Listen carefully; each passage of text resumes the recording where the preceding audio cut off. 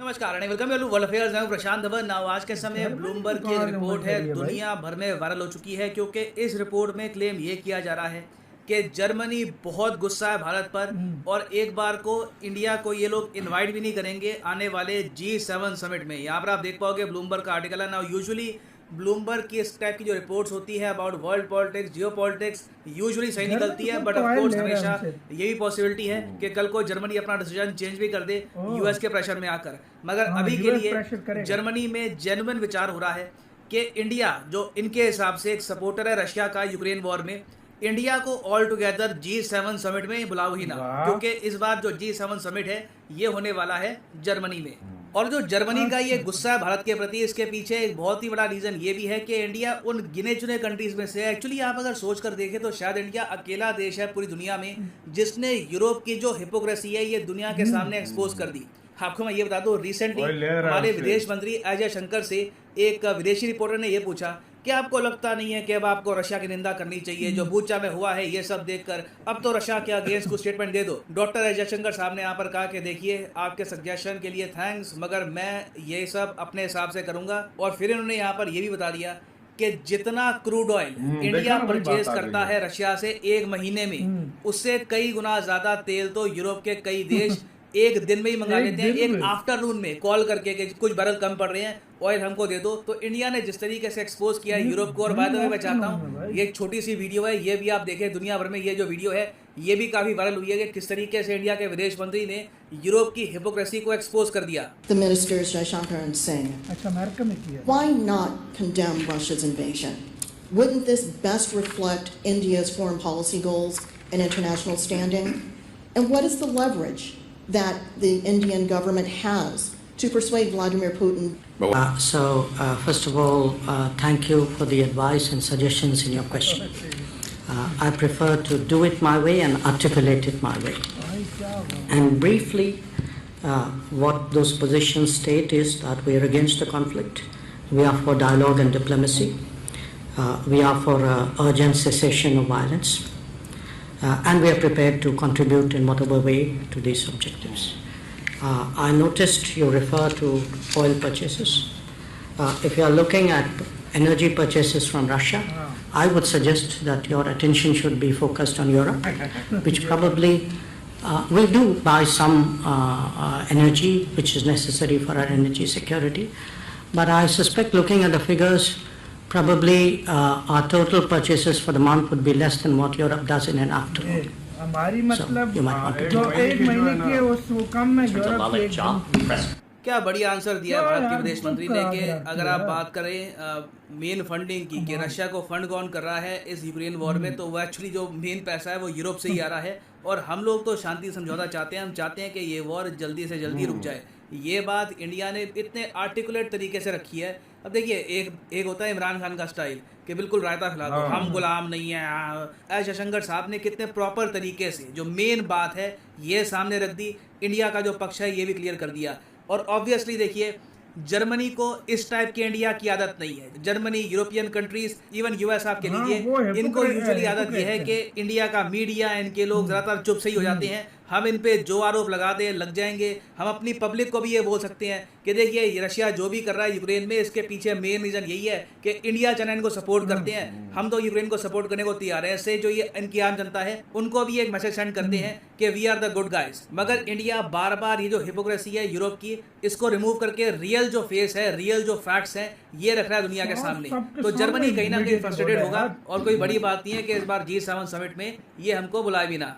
ना इस सब का इम्पैक्ट भारत की ग्लोबल स्टैंडिंग पे क्या होगा ये भी हम डिस्कस करेंगे। बहुत कुछ आपको जानने को मिलेगा, मगर आगे बढ़ने से पहले आपसे पूछूंगा एक क्वेश्चन यहाँ पर ये है कि जो G7 कंट्रीज हैं ये दुनिया की टोटल पॉपुलेशन का कितना परसेंटेज रखते हैं? इनके पास टोटल दुनिया की आबादी का कितना परसेंटेज आपको मिलेगा?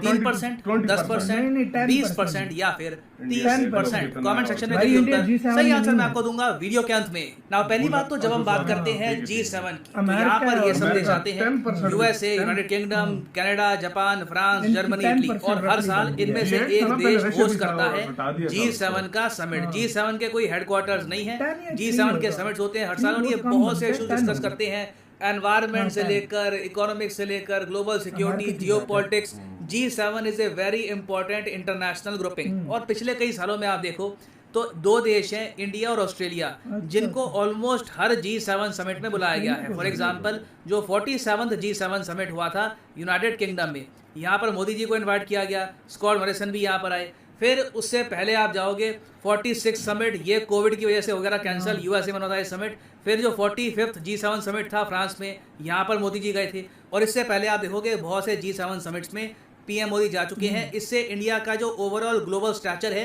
ये भी काफी हद तक बड़ा है। अब यहाँ पर आप पूछेंगे मगर G7 कंट्रीज यूक्रेन के इशू को लेकर इतनी इन्वॉल्व होंगी, तो इसका आंसर है हाँ बिल्कुल होंगी। और मैं आपको ये बता दूं कि जब 2014 में रशिया ने क्राइमिया हथिया लिया था यूक्रेन से, उस वक्त G7 हुआ करता था G8, तो सब कंट्रीज ने मिलकर रशिया को निकाल दिया, तो G8 हो गया G7। तो इससे आप समझ सकते हैं कि यूक्रेन के इशू को लेकर ये लोग रशिया को ऑल टुगेदर ग्रुप से निकाल चुके हैं। यूरोप की सेफ्टी, यूरोप की सिक्योरिटी एक बहुत ही बड़ी प्रायोरिटी है G7 की। तो कोई सरप्राइज की बात नहीं है कि जर्मनी आज के समय जेन्युइनली सोच रहा है कि इंडिया एक ऐसा देश जो ओपनली रशिया के अगेंस्ट स्टेटमेंट नहीं देता, ये नहीं कहता कि रशिया की इन्वेजन हो रही है यूक्रेन पर, एक ऐसे देश को क्या इनको इनवाइट करना चाहिए या फिर नहीं। और अगर यहाँ पे आप सोच रहे हैं कि ये जो डिसीजन है सिर्फ जर्मनी लेगा, तो देखिए वैसे रूल्स तो ये कहते हैं कि जो होस्ट कंट्री है G7 का, फॉर एग्जांपल 2022 में जो ये समिट होगा ये होस्ट करेगा जर्मनी, फिर उसके बाद 2023 में होस्ट करेगा जापान।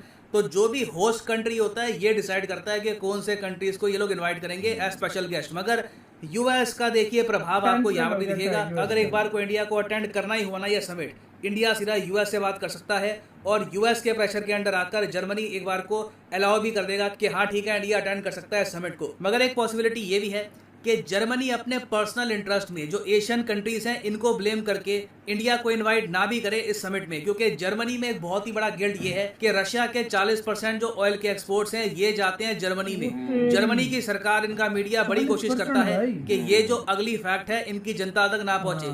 तो एक बार को ये बार ढकने के लिए ये इंडिया को भी ब्लेम कर देंगे और हो सकता है कि जर्मनी एक बार को यूएस को भी कह दें कि प्लीज इस बार इंडिया को रहने दीजिए। एक अब मैसेज सेंड करते हैं कि जो देश रशिया की निंदा नहीं करेगा उस कंट्री को हम इनवाइट भी नहीं करेंगे इंटरनेशनल ग्रुपिंग्स में। और जर्मनी का जो ये दोगलापन है, जो इनकी हिपोक्रेसी है, ये यहाँ पर भी खत्म नहीं होती। आपको याद रखना होगा, मैं ये बात फिर से रिपीट करूंगा, जर्मनी ने ही 2008 में यूक्रेन की जो मेंबरशिप थी नेटो को ये ब्लॉक कर दी थी। अगर 2008 में ही यूक्रेन बन जाता नेटो का मेंबर तो आज के समय जो भी हो रहा है ये सब ना हुआ होता ना। इंडिया के पर्सपेक्टिव से आप अगर देखें तो हम लोग डेफिनेटली चाहेंगे कि कंटिन्यूटी रहे, मगर मान के चलो कि अगर इंडिया को ये लोग इनवाइट नहीं करते तब इंडिया के लिए एक डिसीजन लेना काफी आसान हो जाएगा। क्योंकि देखो जो ये G7 समिट है जर्मनी का 48 G7 समिट, ये होगा मोस्ट प्रोबेबली 26 से लेकर 28 जून 2022 में। इसके कुछ महीनों बाद होगा ब्रिक्स का समिट। ना पीएम मोदी विचार कर रहे थे कि ब्रिक्स के समिट को अटेंड करे या ना करे, मगर एक बार जर्मनी ये बात डिक्लेयर कर दे कि इंडिया को इनवाइट नहीं करेंगे G7 समिट में, तब इंडिया आराम से ब्रिक्स कंट्रीज के समिट को अटेंड कर सकता है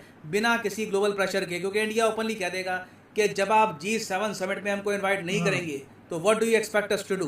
हम लोग न्यूट्रल हैं, एक कंट्री की न्यूट्रलिटी को आप रिस्पेक्ट अगर नहीं कर सकते तो हम आपके कंसर्न्स को रिस्पेक्ट क्यों करें। तो अब ये बहुत ही इंटरेस्टिंग सिनेरियो बन गया है। मैं आपको एक बड़ी बात बताऊं, ये न्यूज़ सबसे पहले मुझे दी थी मेरे कई रशियन मित्रों ने। उन्होंने मुझे मैसेज किया कि देखो इंडिया के साथ ये करने वाले हैं। एक्चुअली रशिया में भी इस बात को लेकर पैनिक मचा हुआ है कि रशिया को आइसोलेट कर देंगे दुनिया में, कि एक बार को चाइना, इंडिया ये भी इनका साथ छोड़ देंगे। तो रशिया में मेरे कई जो मित्र हैं उन्होंने मैसेज किया कि देखिए हो सकता है कि इंडिया को समिट में ना बुलाएं।